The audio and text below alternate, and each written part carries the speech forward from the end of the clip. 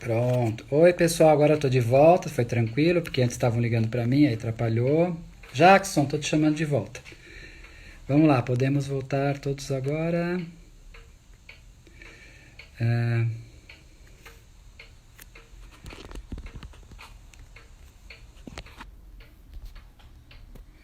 Gente, eu vou pedir, por favor, é o seguinte, que vocês escrevam as perguntas, mandem as perguntas, tem um negocinho aí com uma interrogação, para vocês mandarem as perguntas. Eu estou esperando o Jackson chegar, então não queria colocar ninguém ainda ao vivo, porque eu preciso dele, principalmente para poder falar, entendeu? Então vocês, quem quiser, então, estou aguardando ele voltar. Talvez a minha imagem saia um pouco, eu tenho que chamar ele no... Débora, Larutia, por favor, chama o Jackson no WhatsApp, você, que eu estou aguardando a chegada dele, para a gente poder dar continuidade.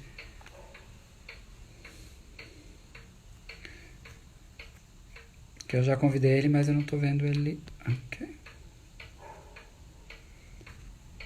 Chegando.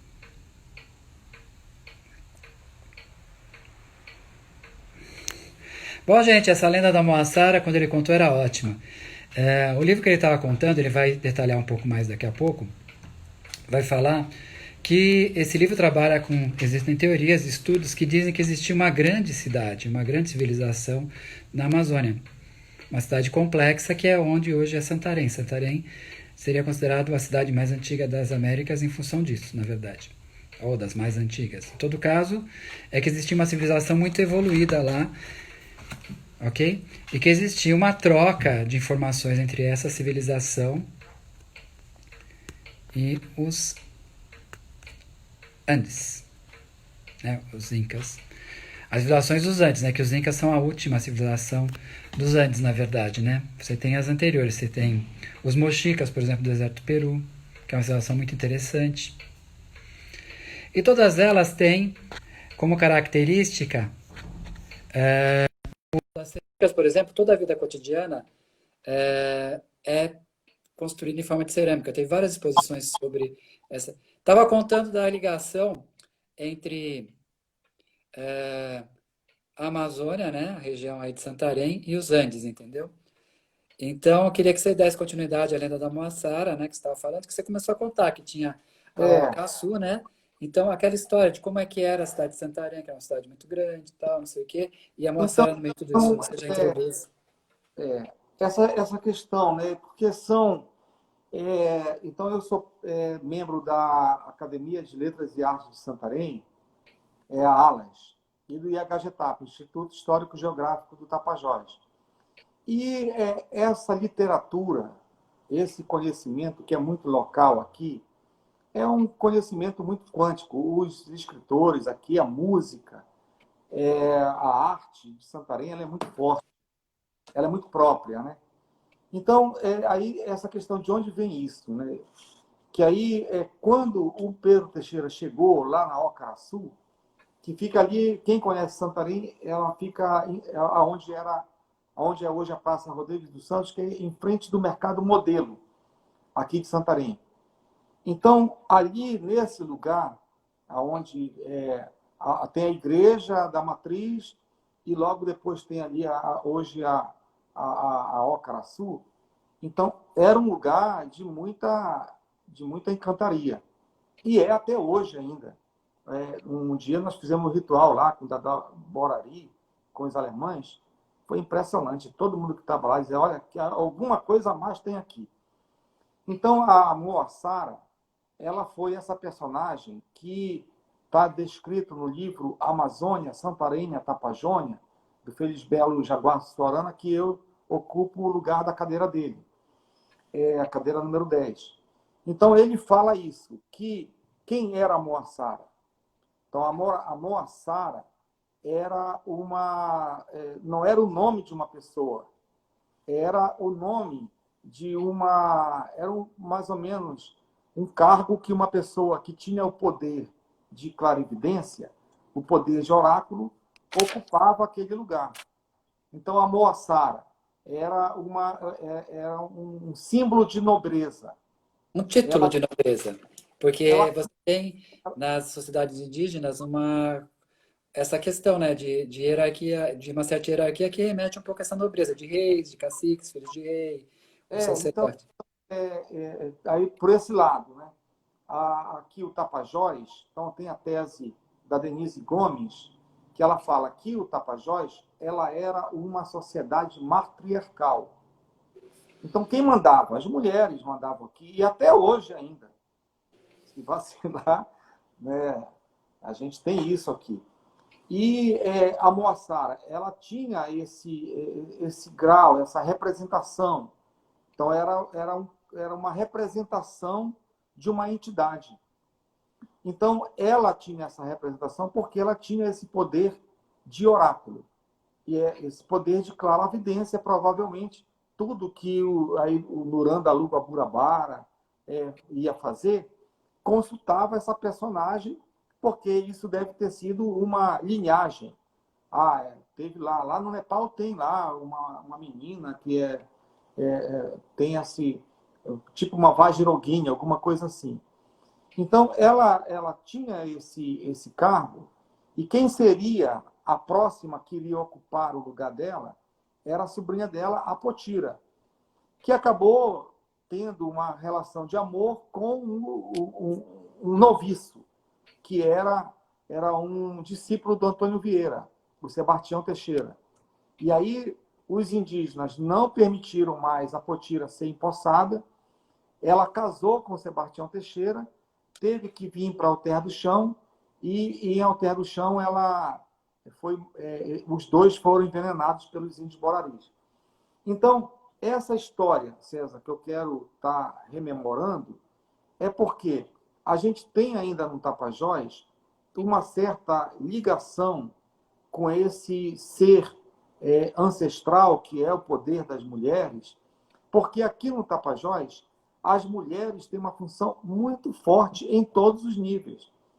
Então, por exemplo, são as mulheres que detêm o conhecimento das ervas, das plantas, e que seguram, seguramente, todo o nível cultural e de autoestima e de identidade ainda do Tapajós.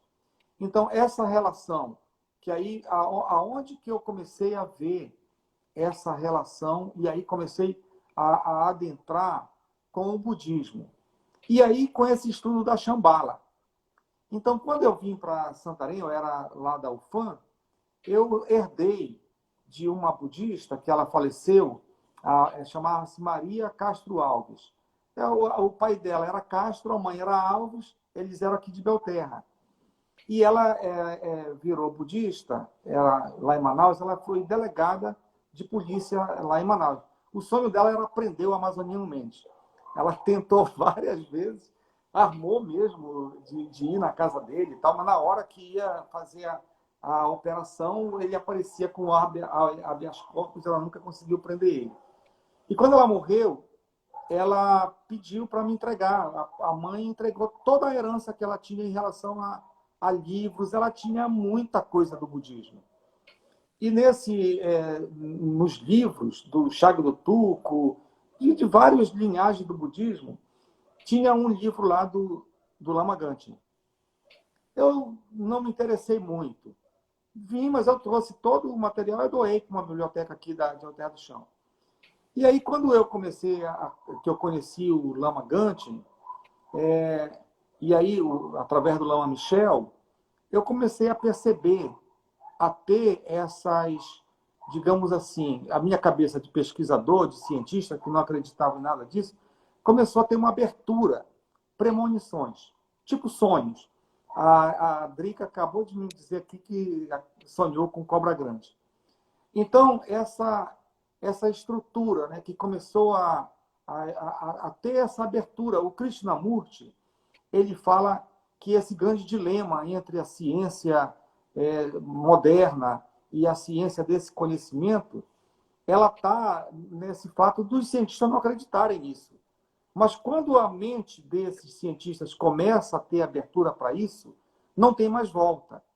Então foi mais ou menos o que aconteceu comigo. Quando eu conheci o Lama Michel, aqui na Acha, que por coincidência foi através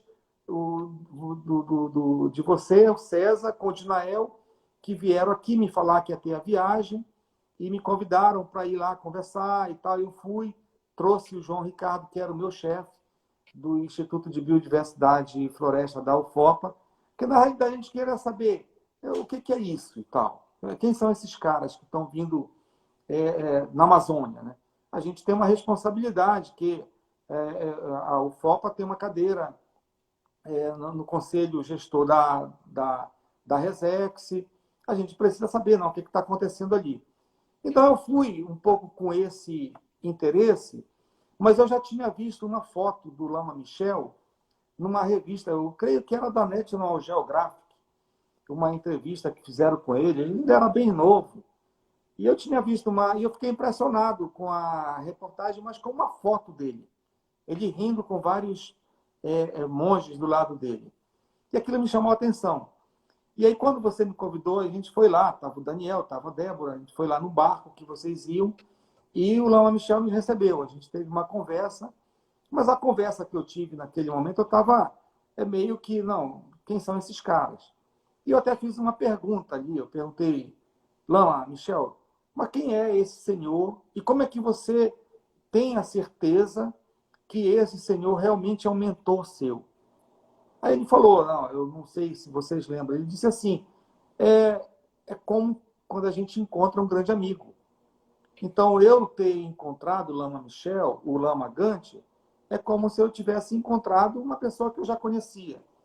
Aí eu comecei a ligar essa coisa da própria reencarnação, da própria estrutura, que é uma base muito forte ainda aqui, com essas histórias dos sacacas, que são reencarnações. Eles vão reencarnando. Aqui na Terra do Chão, na festa do Sairé, aí tem várias pessoas que sabem, o fulano é o ciclano de geração passada. Então, na viagem que a gente foi lá para o Arapiuns, aí ele me convidou, o Lama Michel me convidou, se vocês quiserem, eu e o João Ricardo, que era o diretor do IBEM, se quiserem, vocês podem ir para o Arapiuns, lá na viagem, saber o que é o trabalho, como é que a gente faz, o que é a cura do meio ambiente. E eu fui, até levei um amigo, o Andrei, o João não pôde ir, era época de carnaval, e quando nós chegamos lá, eu fui com uma voadeira do Saúde e Alegria e tal, o Dadá, Borari, o Tracajá, mais um outro que eu não lembro, a Débora até outro dia postou uma foto, um outro pajé, né, daqui do Tapajós. A gente se reuniu e fizeram a prática do Grupo Uja, que agora eu sei o que é. E na hora daquela prática, eu, o Dadá, a gente olhou para o céu e vimos um arco-íris ao redor do sol. Então ali era Ponta Grande, é um lugar sagrado para a gente todo. Depois a gente comentou, eu, o Dadá, o Tracajá, falou, olha, esse rapaz, que seria o Lama Michel, ele tem uma cultura que é muito parecida com a nossa. Então, ele é uma pessoa que a gente pode confiar. E aí começou uma relação um pouco mais próxima com o Lama Gante, e depois eu fui para São Paulo fazer um tratamento de saúde, e lá eu fiquei na casa, na noite que eu cheguei, era até aniversário do Roberto Aguilar e tal, aí eu fui dormir ali naquele ateliê que eles têm lá no Bexiga, e lá eu tive um sonho com o Lama Gante. O Lama Gante, no sonho, olhando para mim na frente do centro de Dharma, do jeito que é o centro de Dharma, ele apontando o centro de Dharma e dizendo, aqui é a nossa casa, a casa dos indígenas da Amazônia. E no dia seguinte eu conheci o Lama Gante. Ele olhou para mim e falou, você vem fazer o Naso Reiki 2 sem ter feito o Naso Reiki 1 de graça. Foi o convidado dele. E aí eu comecei a ter uma ligação um pouco mais. Depois eu pude encontrar com ele em São Paulo. Ele me convidou para ir em Albaniano. E aí eu comecei, porque essa luta ambiental aqui no Tapajós, ela está muito acirrada. Ela está muito violenta. Os sojeiros, os garimpeiros, portos, a soja. E está destruindo, né? Então, nós tivemos a reunião do plano diretor de Santarém e eu fui para cima dos sojeiros, mesmo ali nas assembleias, nas oficinas, e eles me detonaram comigo e eu com eles. E depois disso, eu tive um sonho na cabana,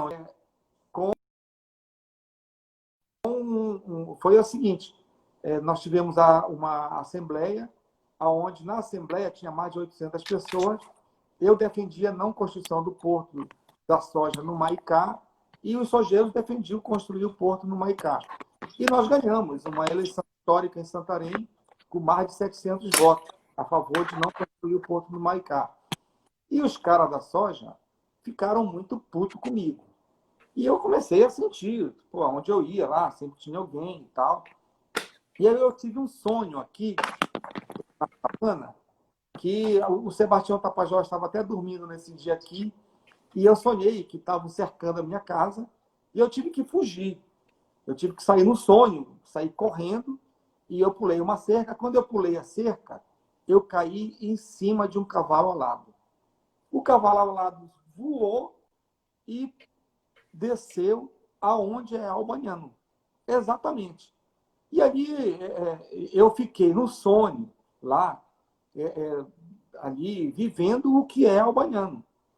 E na hora, o Sebastião aqui dormindo, na realidade, eu achava que eu estava preso, porque tinha um monte de gente falando um monte de língua que eu não entendia nada, e lavando prato e fazendo um monte de coisa. E o Sebastião acordou para ir no banheiro e eu acordei. Aí eu falei, pô, Sebastião, eu tô ferrado. Aí o que foi? Eu estava sonhando que eu estava num lugar, não sei onde é que é, com um monte de gente, e eu fiquei preso lá, e agora que me acordou, eu estou preso lá. Aí ele falou, sonha de novo e volta e sai de lá. Aí eu dormi, sonhei e encontrei o Lama Gante, lá em Albaniano. 3 meses depois eu estava lá.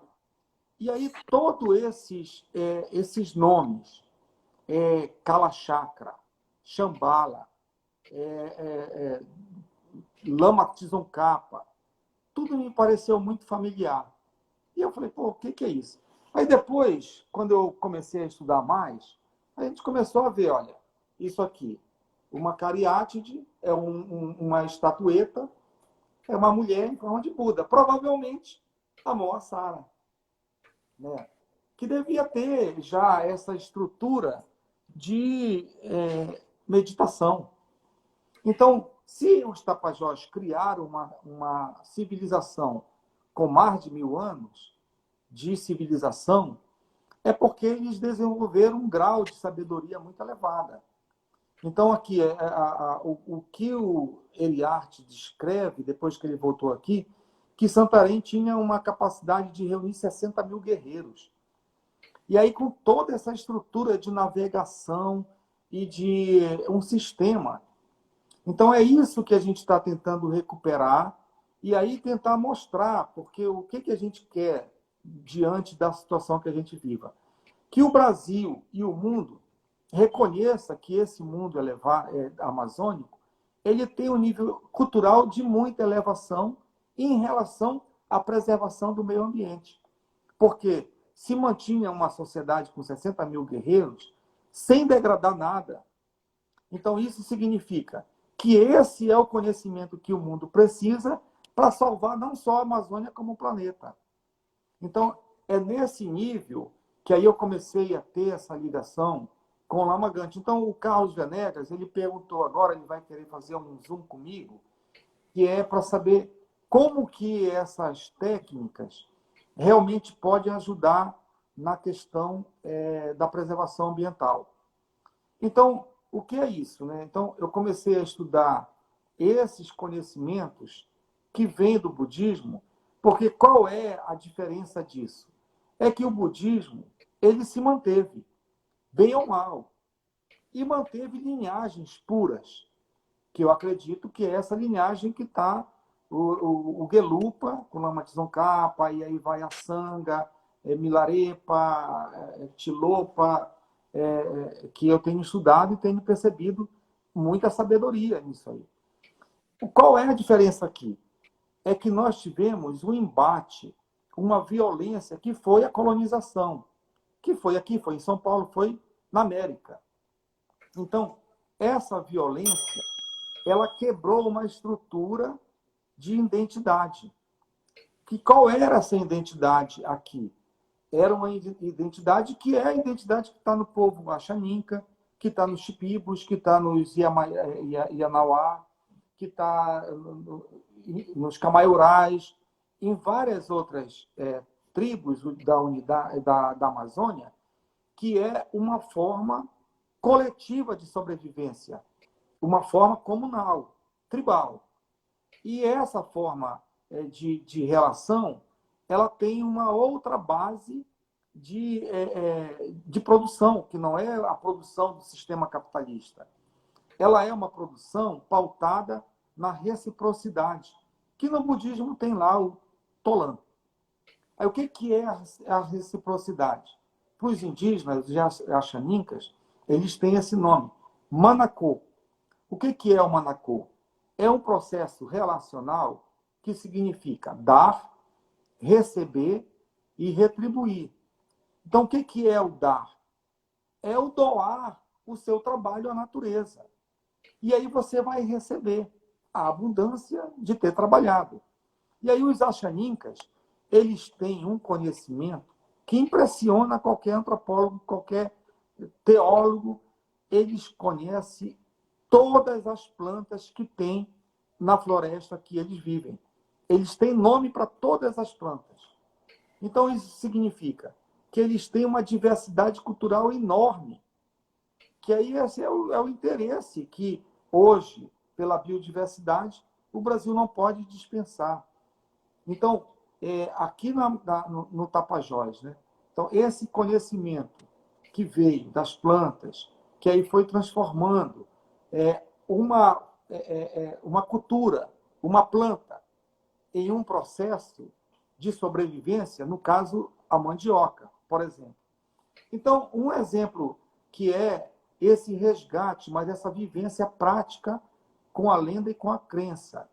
Então, e aí esse mundo espiritual, que aí eu quero fazer só essa ligação da Moassara com Dorje Shugden, por exemplo, que é um oráculo do budismo tibetano. E aí eu pude lá em Albaniano presenciar uma cerimônia, e quando eu vi aquela cerimônia, eu falei, era exatamente isso que acontecia na Ocaraçu. Uma pessoa incorporava, vinha lá as pessoas saberem e tinham a possibilidade de estar conversando direto com o espírito, que era o espírito da Moassara, e que provavelmente a Potira poderia ter esse mesmo conhecimento.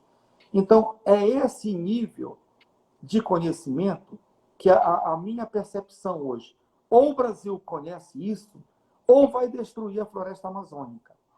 E aí, essa reivindicação nossa, que eu achei muito interessante, essa parte da Acha dar essa voz para a gente. Então, por quê? Porque a gente está podendo contar um mito. E esse mito, quando ele é contado, ele é refundado. Ele se mantém. Então, por exemplo, uma pessoa, o nome dele era Ed, eu conheci ele aqui em Terra do Chão.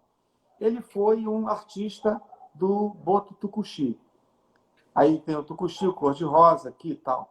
Aí o Ed, ele fez uma cartilha sobre a Mani, que era uma personagem, e eu fui lá na Feira do Livro, ele autografou para mim, eu conversei com ele, logo depois ele morreu. E aí ele me disse, professor, essa lenda da Mani, e aí ele era uma pessoa desse mundo encantado. Quem conheceu o Ed, ele tinha um jeito de um boto. Quem olhava para ele, ele tinha até um aspecto físico meio uma certa deficiência no jeito de andar e tal. Mas ele tinha um conhecimento, ele moveu o Tucuxi durante muitos anos aqui. E aí ele falou para mim, professor, essa lenda da Mani, da mandioca, aconteceu na Ocaraçu. Aí é onde é o lugar da Moassara. E aí essa história da lenda da Mani foi contada pela Potira para o Sebastião Teixeira. que escreveu e passou para o Bettendorf, que fizeram um livro, que é um livro que tem Crônicas do Grão-Pará e Maranhão, do Bettendorf, 1661. O Gonçalves Dias resgatou esse livro no Museu do Tombo e trouxe para o Brasil. Então está lá a história da lenda da Mani. Então, provavelmente, concretamente aconteceu aqui. Aí, o que é a lenda da Mani? Para a gente entender essa cosmologia amazônica, que é o que nós reivindicamos que seja dado direito à voz. Aí, o que é essa cosmologia? É justamente isso que eu estou falando, que é o perspectivismo ameríndio, do Eduardo Viveiro de Castro, que ele teorizou, mas aqui a gente vive na prática. Então, o que é essa cosmologia amazônica? É justamente o que o Boaventura Souza Santos fala de dar lugar de voz ao Sul, de não ter esse ponto referencial europeia, da Europa, como centro, porque não é. Então, essas possibilidades de outro entendimento vai, inclusive, ajudar a salvar a Europa. Aí por quê? Essa cosmologia aqui, ela é viva.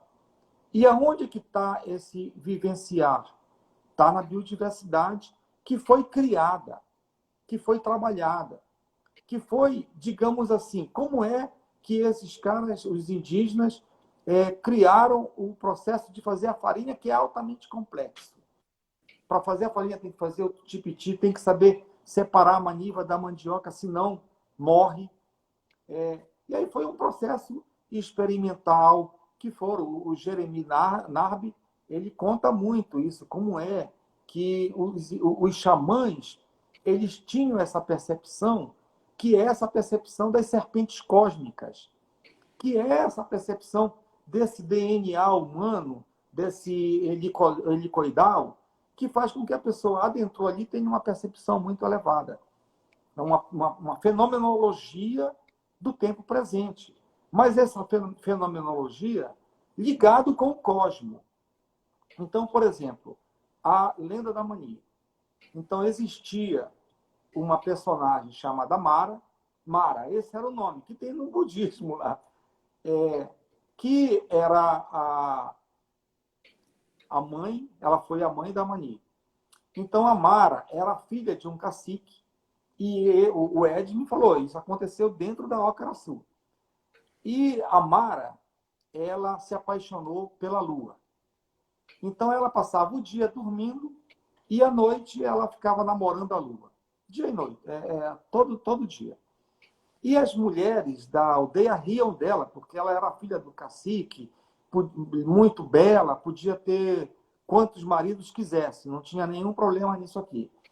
E aí a Mara engravidou. E não tinha namorado, ou não tinha marido. O pai ficou irado e quis expulsar ela da Ócara-Sul e quis mandar ela embora. Sei lá como é que foi. Só que na noite que ele ia fazer isso, ele sonhou com a lua, dizendo para ele não se preocupar que o pai da filha da Mara era ele, o pai, a lua, o pai. Então, a lua depois teve... E aí a lua mandou botar o nome de Mani na criança. A Mani nasceu branquinha que nem a lua. E aí, com o tempo, aí o livro do Ed mostrava isso. A Mani, ela tinha uma sabedoria extremamente elevada. E contou, ensinou às pessoas como é que se fazia a farinha. Por exemplo, que se fazia muitos processos culturais que esse povo aprendeu, que depois foi fazer a farinha. Então, inexplicavelmente, a Mani morreu. Um dia lá e tal, ela ainda um pouco jovem, morreu. Cavaram uma sepultura no meio da Ócara-Sul e a Mara chorava potes de lágrimas e o cacique ia lá e molhava, e aí nasceu um pé de planta que ninguém conhecia. Aí foram lá, depois de um tempo, pegaram aquele, tinha um tubérculo e esse tubérculo era uma macaxeira, né? Branquinha como a mani. E aí deram o nome para aquela planta que não conhecia, do nome da mani, como estava dentro da oca, mandioca, que virou mandioca depois que virou mandioca. Mandioca, né? Manioca, que depois virou mandioca. Então, esse conhecimento, que é o conhecimento que vai dando uma outra perspectiva de que a mandioca não é apenas uma planta, é uma pessoa, como o Jeremy Narby e o Eduardo Viveiro de Castro começam a relatar. E aí é essa composição de espécies, de indivíduos, que vai formando uma espécie de assembleia viva, em que todo mundo tem uma função. E aí é nesse processo que vai criando um nível de conhecimento das espécies e de fazer as coisas. Então, a mandioca, ela passou a ser uma espécie de uso em todas as tribos na América inteira, porque é a filha da lua. É uma espécie de sabedoria. Então, assim como a mandioca, tem várias outras. O guaraná tem uma história de origem. A castanheira tem uma história de origem. O breu tem uma história de origem, de cura. Então, o Narbi, ele fala o seguinte: qual a relação entre o mito indígena, que explica a essência da vida a partir de uma serpente dupla, e a molécula do DNA? Ambos explicam o mesmo princípio, a origem da vida. Então, são apenas formas de compreensão do que é sagrado, do que é o sacerdócio, do que é o sacramento, de culturas que se diferenciaram. Então, o que não pode? O cristianismo, o judaísmo, ter chegado na América e imposto uma cultura que destruiu uma outra cultura que tem o mesmo princípio de sacralidade, de sacramento. Só que o sacramento para a igreja, que é a hóstia, para o indígena é a planta. Então, é esse nível de resgate que precisa ser feito, porque essa dimensão do poder das plantas, ela está muito mais elevada do que a consciência humana possa entender. Então, por exemplo, vou só citar aqui. Eu estive no congresso da Ayahuasca, em Girona, em 2018, e lá teve o Dennis McQueen. É um químico farmacêutico dos Estados Unidos, que ele veio em São Paulo e bebeu ayahuasca, numa sessão da União do Vegetal. Ele contou isso lá em Girona. E aí ele falou o seguinte: como ele não entendia nada do português, ele só concentrou nele. E aí, quando veio aquela força da planta, que aí, o que é essa força? É uma força que multiplica em bilhões de vezes a percepção humana.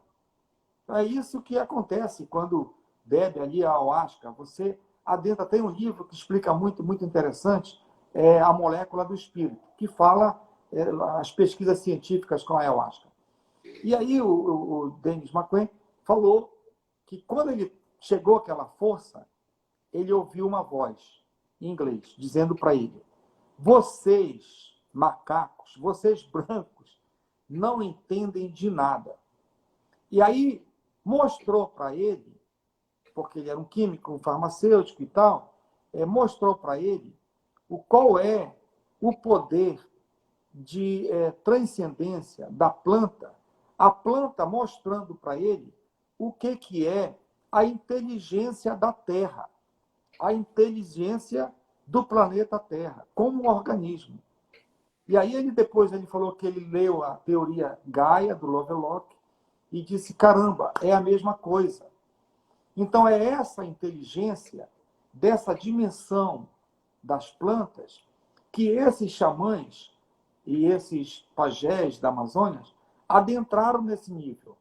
Agora, para adentrar nesse nível, eu conheci lá em Albaniano o Alfredo que foi candidato à presidência da República lá no Chile, pelo Partido Verde, e ele me falou, olha, esse nível de conhecimento das plantas é um nível muito elevado, que é um nível, aí ele falou para mim, é um nível que está o Lama Gante, a mente do Lama Gante. E ele falou que ele passou 6 meses na Tailândia fazendo uma experiência de silêncio absoluto com plantas, para ele começar a entender qual é essa dimensão. Então, essa dimensão de chegar a essa forma de comunicação, que é uma comunicação que os alemães, os italianos estão falando. A planta, ela canta. A planta tem uma inteligência, ela se liga. O Deleuze falou disso, com o Guattari, os nódulos. Então, se a gente aprende a manejar um espaço, e aí que entra essa parte realmente, que aí eu vou tentar responder a pergunta do Carlos Venegas, ele está assistindo lá, essa live lá em Chiloé, que é essa prática que veio, e aí eu estou começando a desenvolver aqui, que é uma prática de harmonia dos elementos interiores, dos elementos, os 5 elementos, a terra, o ar, a água, o fogo e o espaço, com os elementos exteriores. Então, a gente está fazendo isso aqui em casa, inclusive tentando ajudar as pessoas que estão com coronavírus. Então, essa energia, o que é isso? Então, qual é esse princípio? Né? Para a gente tentar ir casando essas informações científicas. Todo indivíduo é um campo de energia. Os xamãs aqui, quando eu comecei a ir com o seu Domingos, com o seu Guilherme, que são os descendentes dessa cultura do lama, do pajé Laurelino, aí os dois, em momentos diferentes, sem eu conhecer um ou outro antes ainda, o seu Domingos, a primeira coisa que me falou, professor, tudo é energia. Cheguei com o seu Orlando também. Professor, tudo é energia. E aí, como é que se liga a essa energia de cura? Então, é isso aqui, ó. O símbolo sagrado que faz o processo de receber a energia da cura, para um pajé, é isso aqui. É o cocá, que é essa pena, que significa o plumo. Ele se apluma com uma energia que vem de cima. E aí, o Ítalo Calvino, no livro 6, Lições para o século XXI, ele fala dessa elevação espiritual do xamã através da leveza. Então, essa leveza, o que é isso? É a purificação da mente. Então, é essa estrutura que liga um xamã da América com um xamã, por exemplo, da Sibéria ou do Tibete. Porque eles têm esse processo dessa elevação mental que, se não curar a mente do próprio xamã ou do lama, ele não tem como entender o que é trocar a cobiça, trocar os maus desejos, trocar a ignorância por bondade, por sabedoria e por compaixão. Então, é esse o processo que explica a cura do meio ambiente e a cura de uma pessoa, através desse conhecimento xamânico, que é muito vivo aqui no Tapajós. Eu queria entrar agora, Jackson, aproveitando, né? Acho que eu não fiz Tá. isso no começo, mas na verdade, quando eu falo, esse trabalho com a Asha também tem muito a ver com o meu mestrado em Ciências da Religião e o meu estudo de religião, que é muito antigo, né? Eu sou doutor em arquitetura, mas sou mestre em Ciências da Religião, que é muito mais Que legal. interessante. Muito bom. E, por exemplo, em todo estudo científico de religião, que é muito legal, o que se diz, por exemplo, você está falando de uma coisa que é uma questão que está dentro do estudo das religiões atual, de como você liga as ciências biológicas e físicas, as naturais, que são física, química, matemática, todas, com a questão religiosa.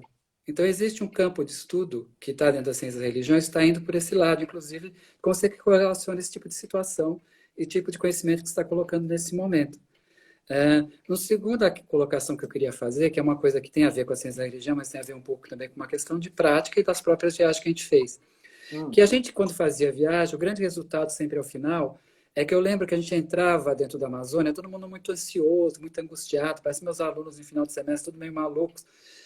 Cadê o celular? Onde compra chocolate?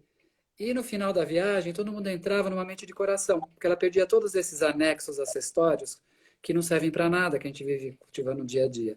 E essa mente de coração tem a ver com toda uma cosmologia que é comum aos xamãs, é comum ao budismo, que no budismo a mente não mora na parte racional do homem, a mente mora no coração. Só dá para entender o que é a mente do coração quando você tem a experiência da mente do coração. E é essa mente que não julga, essa mente da compaixão. E as nossas viagens para a Amazônia sempre nos levaram a essa mente de coração. E todos os que fizeram a viagem tiveram essa bênção, e sempre que relembram, lembram desse tipo de qualidade que você encontra. Então, aí que a pureza dos elementos da Amazônia, e você trabalhar ritualisticamente para entrar em contato, porque você pode estar na Amazônia, você pode estar bebendo um monte, pode estar ouvindo um monte de música alta, pode estar fazendo um monte de coisas intensas e terríveis. A Amazônia é intensa. Ela não necessariamente te leva para a mente do coração. Mas a gente tem que ter um método e uma postura e uma intenção para chegar nisso, na verdade. Mas eu acho que quando você está colocando essa questão dos elementos, vai por aí. Que nos elementos puros você se relaciona com os elementos puros de si mesmo. Os elementos puros de si mesmo te levam à mente de coração, que é onde a vida começa e onde a vida acaba. Na cosmologia budista, inclusive, na cosmovisão. Que a parte masculina e a feminina se concentra no coração. Quando a gente morre, ela separa e o nosso contínuo vai embora. Então, eu acho que tudo isso que você falou, toda essa conversa, ela acaba também remetendo ao grande baluarte. Uma das grandes questões da nossa viagem foi trazer isso daí. Vocês não reparam na minha câmera que eu estou tendo que ligar ela para conectar, porque acaba a bateria, é um iPhone, então eu não tenho Ah, suporte. bom, Então, vamos ela às vezes prosseguir, tem. então. Se alguém quiser fazer A perguntas, Débora Tabakoff tinha uma pergunta. Ela perguntou tá. sobre, falar um pouquinho mais sobre a questão do matriarcado dentro essa tradição das mulheres de poder dentro da região. É, Estender um pouquinho mais então, nesse assunto para a gente é encerrar. muito interessante esse símbolo que tu tem aí, né, do Muiraquitã. Então, é um símbolo de fertilidade, né? É um símbolo de... É um amuleto de sorte. Então, aqui no Tapajós, e aí... mas é mais aqui mesmo, de Parintins até Santarém, que é muito comum, então, esse amuleto, né? Então, esse amuleto aí, que é o Muiraquitã, ele tinha um significado muito forte, um significado de poder de cura. E era dado, né? Então, esse aí é o amuleto que dá a certeza de que existiram aqui mulheres guerreiras que tinham algum determinado poder. Então, as primeiras descrições do poder, então, essas pedras dos muraquitãs, elas chegaram a ter um valor inestimável até hoje. Eu já tive com uma pedra de muraquitã na minha mão, que era um digamos assim, um traficante de artes, né? Mandou para mim, pela uma outra pessoa, um iraquitã de verdade. Ele me cobrou US$ 13.000. Eu falei, pô, meu, tivesse US$ 13.000, eu compraria. Mas não tem, tá? Deve ter vendido para algum colecionador aí. Porque essas pedras, elas representaram, durante muito tempo, um poder de cura de muitas doenças. E aí, essa questão, né, que teve esse enigma. Como é que faziam? Porque elas, essa pedra que eu tive na mão, ela realmente tinha muita beleza.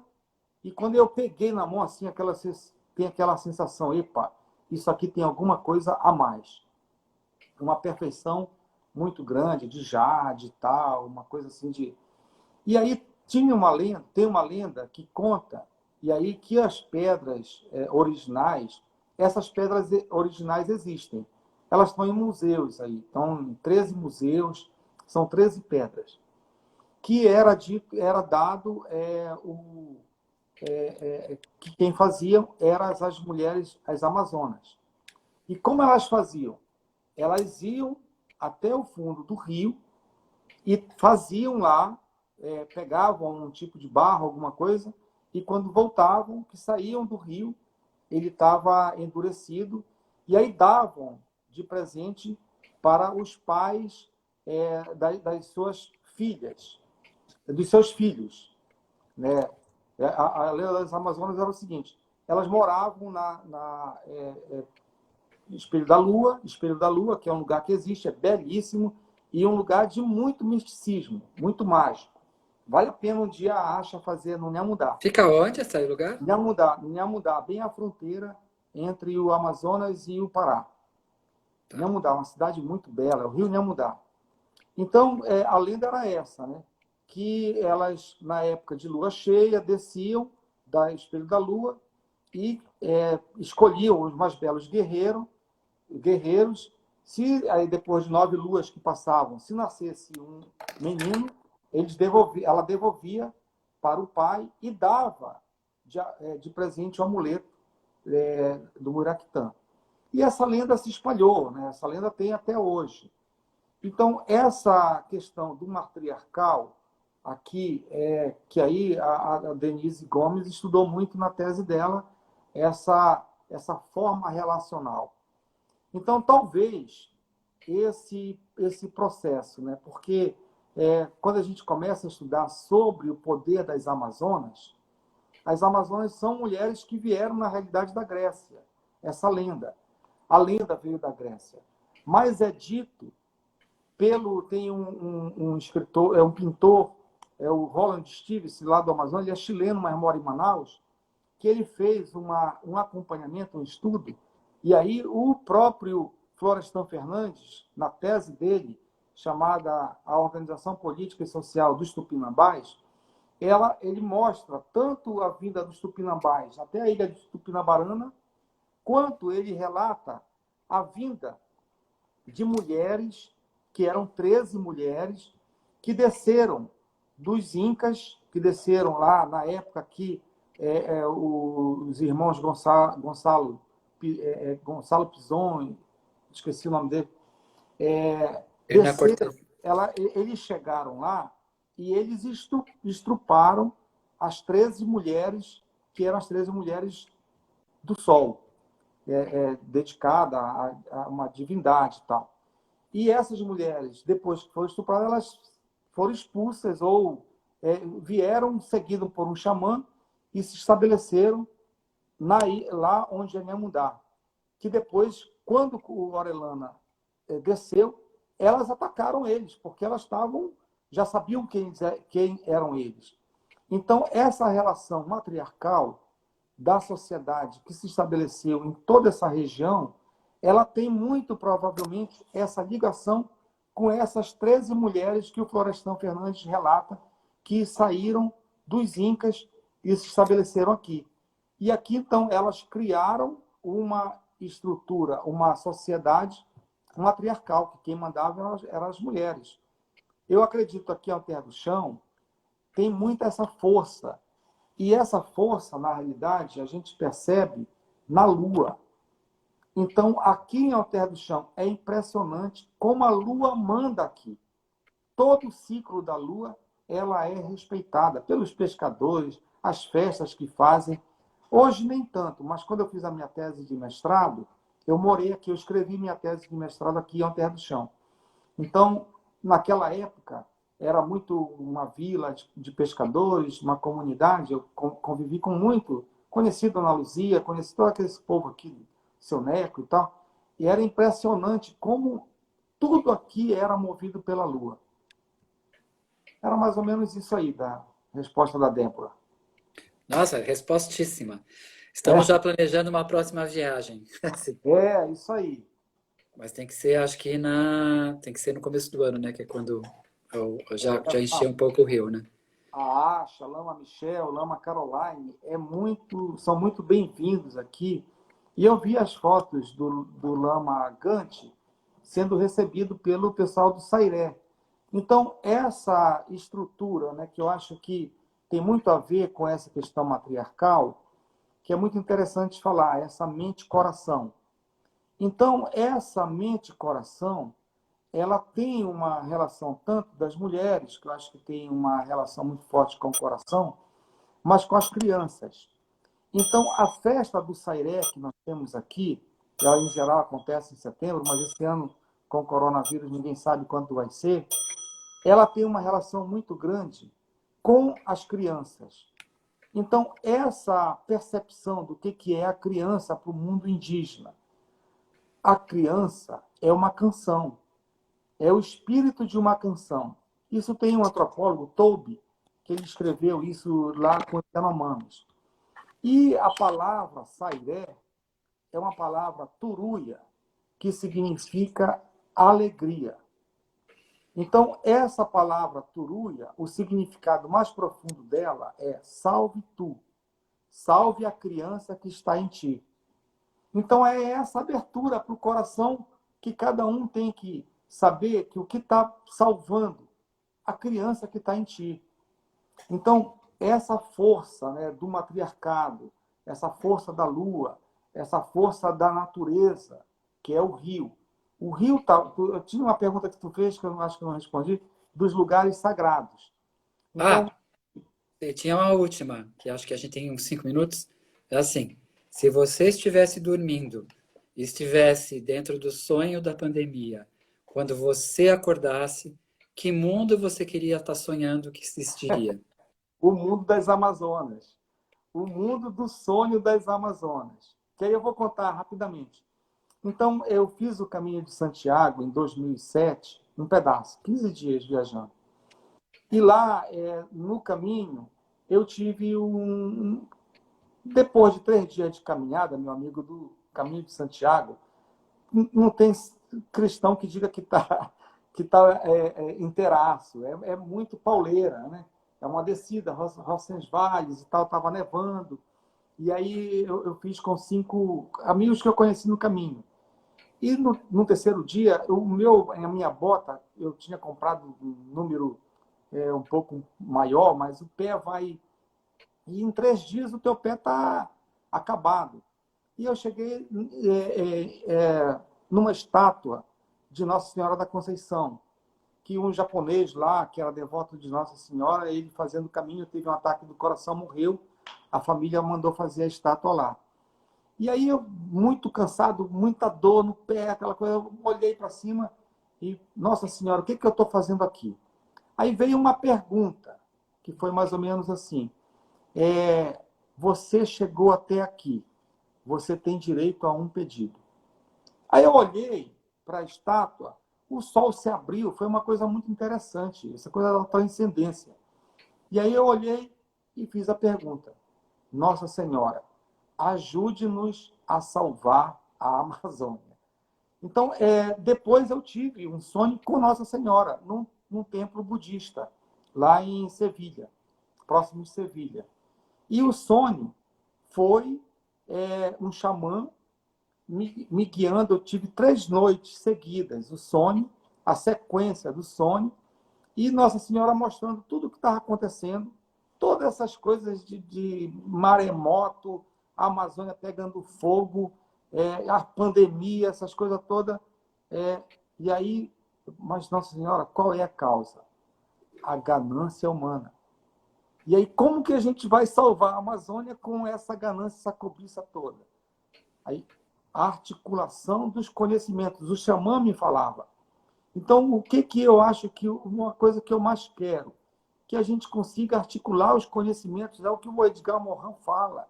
Que a gente precisa criar essa ligação das pessoas saírem desse ego, do eu, e perceberem o outro, que é o que eu percebi muito no Nepal agora. A Fernanda Lange estava lá e tal. Eu vi agora as pessoas postando, o coronavírus chegou lá.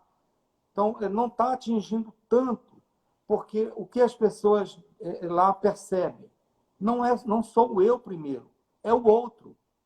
Então, essa forma de a gente começar a pensar nesse outro, que é a natureza, que é o animal, que é o vegetal, e a gente voltar a construir as belas cidades que a gente tinha na Amazônia. Santarém, voltar a ser uma cidade cerimonial, a gente ter a praia, tudo belo Como para você receber disse, vocês aqui. como você disse, era uma cidade que era muito mais bem resolvida em termos de sustentabilidade e relação com o rio do que a cidade atual. Você falou que tinha redes de saneamento, tinha Tudo toda uma questão, os estudos arqueológicos levam a entender que é assim, do que essa ocupação que foi feita hoje, que é uma ocupação muito ruim, na verdade, né? Sem é saneamento, essa de coisa. uma ocupação que não tem sentido. Então, o que eu realmente quero para esse final dizer, que eu acredito que a gente pode, e com essas lives, realmente criar um campo entre nós, magnético mesmo, para a gente conseguir começar a dialogar com esse outro lado, que é extremamente agressivo, mas no sentido de mostrar que a gente pode ter uma outra economia baseada na sustentabilidade, criar redes, ensiná-los a compreender o que não compreendem. Então, é nesse sentido que eu acho que a antropologia filosófica pode ajudar muito, o budismo pode ajudar muito. Eu vi, nós temos nossos alunos aqui que formaram mestrado, doutorado no INPA, no Museu Guild. É impressionante o nível de conhecimento desses alunos. Mas Ah, agora isso não estão é uma sendo coisa que você aproveitados. comentou, que eu queria só fazer uma parte, que existe um corpo de pessoas jovem, alguns nem tanto, outros mais, mas existe todo um corpo de cientistas que já estão desenvolvendo esse conhecimento para trabalhar na Amazônia, que precisam ser usados, ter voz também, e começar a Olha, colocar. Acho que isso faz parte dos próximos livros também, trazendo mais gente quando que eu já tive está fora entrando nessa história, para mostrar que existe, porque fica parecendo que é uma coisa que está longe. As e está pessoas longe, estão preparadas, tá? elas estão aí. O conhecimento está na mão, é uma questão de investimento e de política pública. Não, é exatamente isso. Quando eu estive lá em Borobudu, aquele parque, eu fiquei encantado com ele, ao redor das estupas de Borobudu, né? Tem um manejo lá que acontece. E esse manejo o INPA faz. O INPA tem trabalhos impressionantes no Museu em Mamirauá, vários cientistas ali manejando com esse conceito de manejo na dimensão de bacias. E aí envolvendo a comunidade. A comunidade são gestores, são os cogestores com responsabilidades, manejando o pirarucu, a castanha, as espécies madeireiras. Então é isso, é a gente começar a criar as instituições, e aí entra a questão da democracia. O Corinthians, o Palmeiras está valendo nesse momento, que a gente precisa realmente dar esse salto. Eu vi agora aí a Cibele. A Cibele tem um projeto maravilhoso, vocês podiam entrevistar ela, chamado Jardim de Afetos, utilizando toda esse conhecimento do Naso Reiki, do autocura tântrica, para a gente realmente criar uma forma, o Krenak fala isso, de criar uma espiral de afetos e ir criando essas relações, porque nós somos muito mais do que o outro lado que quer destruir. Agora, a gente não se une. A gente precisa criar, e aí que eu acho que esse conceito que vem dos indígenas e vem lá do budismo, que é esse conceito da reciprocidade, do dar, Da do receber, interdependência. Todos cíclico. dependemos um do outro, dependemos da natureza e tal. Eu acho que essa especificidade também tem a ver com essa questão. É tudo interdependente. O que está acontecendo na Amazônia mexe com a vida da gente, mexe com a vida da Europa, mexe com a vida. O mundo todo é interdependente. Claro, claro. Teve agora na live que fizeram os artistas pela Amazônia, até a Débora Larutia que me mandou a chamada, que era ali, parece, era um paciente na UTI, e aí, lá o relógio e tal, e pô, morreu. Aí uma única pessoa ficava lá fora e ia e recuperava o coração, que era, na realidade, a Amazônia, e mostrava que não está morto. E aí os médicos voltavam, uau, ressuscitou. E é mais ou menos isso que a gente precisa fazer. Criar essa mobilização em torno de um espaço, de um bioma, mas que esse bioma possa ser, criar essa conexão. Aí eu vou encerrar aqui. Eu quero mandar um abraço para todo mundo que estava aí. Eu vi o Nelson, eu vi a Cláudia Esteves, várias pessoas, a Fernanda Lenz, né, a Drica, a Ribeiro, que seria muito interessante a Acha ter um contato maior, aqui a Gabriela e tal, de a gente realmente começar a criar esse campo que o Lama Gante deixou. Aí eu quero só dizer isso.